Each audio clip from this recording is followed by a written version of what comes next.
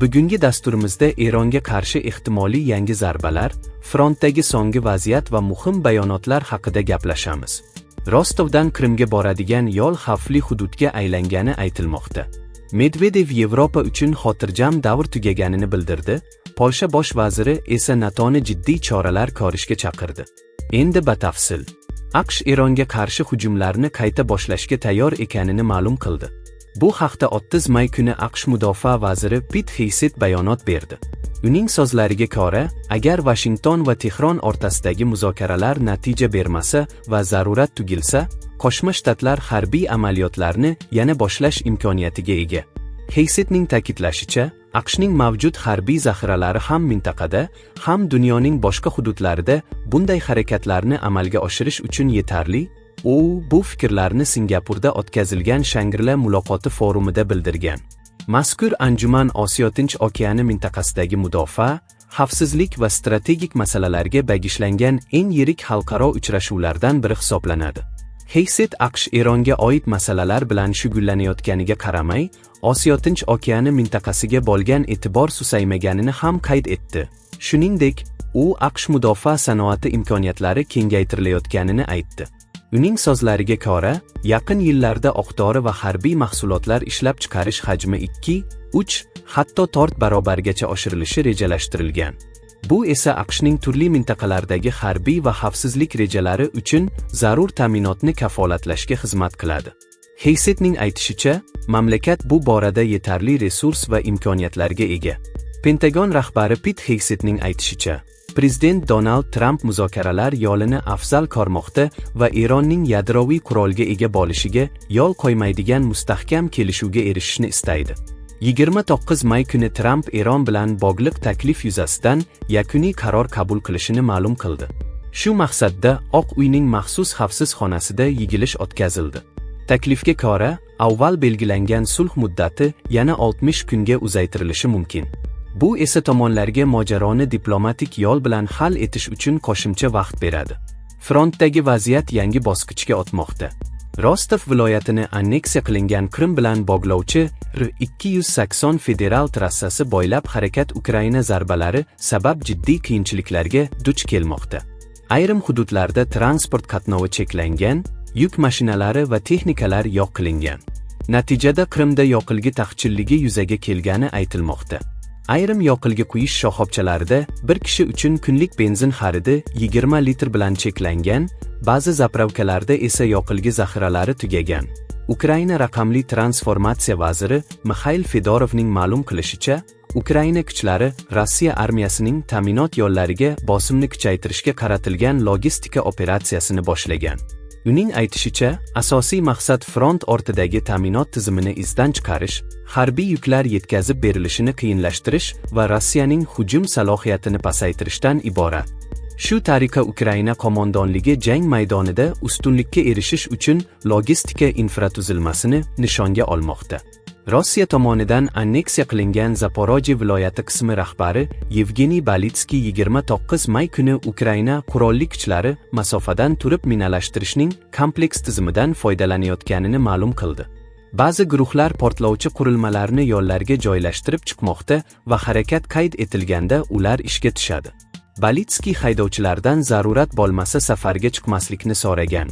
Zaporojye viloyatining Rossiya tomonidan anneksiya qilingan qismi transport vaziri Nikolay Lukashenko esa Qrimga olib boruvchi trassa odatiy rejimda ishlayotganini, uzoq muddatli to'siqlar yo'qligini, biroq yo'lning ayrim uchastkalarida operativ vaziyatga qarab harakatlanishda muammolar yuzaga kelishi mumkinligini bildirgan. Xerson viloyatining Rossiya tomonidan anneksiya qilingan qismida 21 maydan boshlab Qrimga boruvchi yo'l bo'ylab safarga chiqish cheklangan. Hududning Rossiya tomonidan tayinlangan gubernatori Vladimir Saldo tegishli farmonni imzolagan. Ushbu cheklov harbiy yuklar, yoqilg'i, dori-darmonlar va tez buziladigan mahsulotlarni tashuvchi transport vositalariga tatbiq etilmaydi.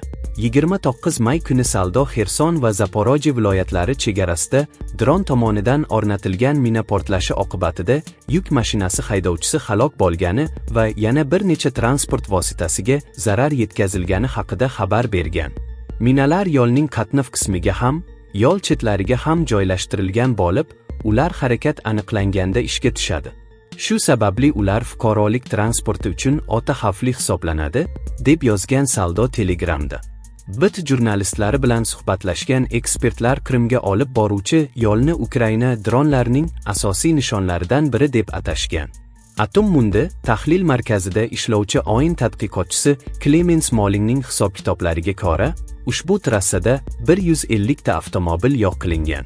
U bu faqat o'zi tekshirib tasdiqlay olgan ma'lumotlar ekanini, aslida yo'q qilingan transport vositalari soni 2 barobar ko'p bo'lishi mumkinligini ham qo'shimcha qilgan.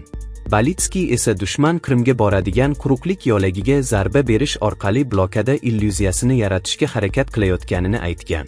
Saldo Ukraina qurolli kuchlarining hujumlarini Leningrad qamaliga qiyoslagan. U buni shafqatsiz harakat deb atab, bu xatti-harakatlar o'zining vahshiyligi bilan Ikkinchi jahon urushi davridagi Leningradning fashistlar tomonidan qamal qilinishini eslatishini aytgan. Saldo o'sha paytda dushman odamlarni qo'rqitish, hududlar o'rtasidagi aloqani uzish va tinch aholining irodasini sindirishga uringanini ta'kidlagan. Novorossiya trassasi Rostovdan Rossiya tomonidan anneksiya qilingan Ukraina hududlari orqali Simferopolgacha boradi. Bu Qrimga yoqilg'i yetkazib berishning asosiy yo'llaridan biri hisoblanadi. Benzin Kerch bogozi orqali paromlar yordamida ham tashiladi, biroq bu jarayon ob-havo sharoitlariga bog'liq. Shuningdek, Qrimga yo'llar orqali yoqilg'i yetkazib berish Ukraina tomonidan amalga oshirilayotgan hujumlar sababli qiyinlashgan. Ukraina dronlarining trassa bo'ylab zarbalari Qrimda benzin taqchilligiga olib kelgan. Sevastopol rahbari Mikhail Razvojov 29 may kuni shahardagi yoqilg'i quyish shoxobchalarida A92 va A95 benzini yo'qligini ma'lum qilgan. Shuningdek, ko'plab zapravkalarda dizel yoqilg'isi ham tugagan. Razvojov yaqin vaqt ichida ta'minot tiklanishini va'da qilgan. Shu bilan birga, hukumat yoqilg'i yetkazib berish masalasi qol rejimida boshqarilayotganini tan olgan. Majburiy cheklovlarga ko'ra, Qrimda bir haydovchi kuniga faqat 20 litr benzin sotib olishi mumkin. Qrim rahbari Sergey Aksyonov esa aholidan benzin va yoqilg'ini ortiqcha miqdorda xarid qilmaslikni so'ragan. Medvedev Yevropa aholisi uchun xotirjam uyqu tugaganini aytgan. Polsha bosh vaziri Donald Tusk esa NATO davlatlarini bu kabi bayonotlarga jiddiy yondashishga chaqirgan. U Rossiya Xavfsizlik kengashi raisi o'rinbosari Dmitriy Medvedevning Yevropa haqidagi so'nggi chiqishlarini xavotir bilan baholash zarurligini ta'kidlagan. Bu haqda u o'zining sobiq Twitter sahifasida yozgan. Tusk o'z postida NATO davlatlari Dmitriy Medvedevning ogohlantirishlarini e'tiborsiz qoldirmasligi kerakligini bildirgan. Kecha Rossiyaning sobiq prezidenti Dmitriy Medvedev Yevropa ittifoqi fuqarolari uchun xotirjam uyqu tugaganini aytgan edi. Polsha bosh vaziri NATO bu bayonotlar va so'zlarni nihoyatda jiddiy qabul qilishi kerakligini yozgan.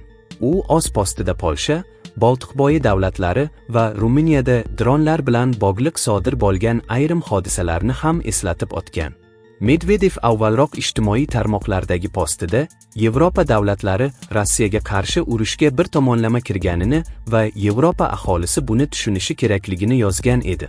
U, shuningdek, xotirjam uyqu tugadi deb ta'kidlab, Yevropa aholisi endi xavfli vaziyatga tayyor bo'lishi kerakligini bildirgan. Shu kuni u Messengeridagi kanalida ham shunga o'xshash mazmunda post joylab, Yevropa davlatlari urush ishtirokchisi ekanini qayd etgan.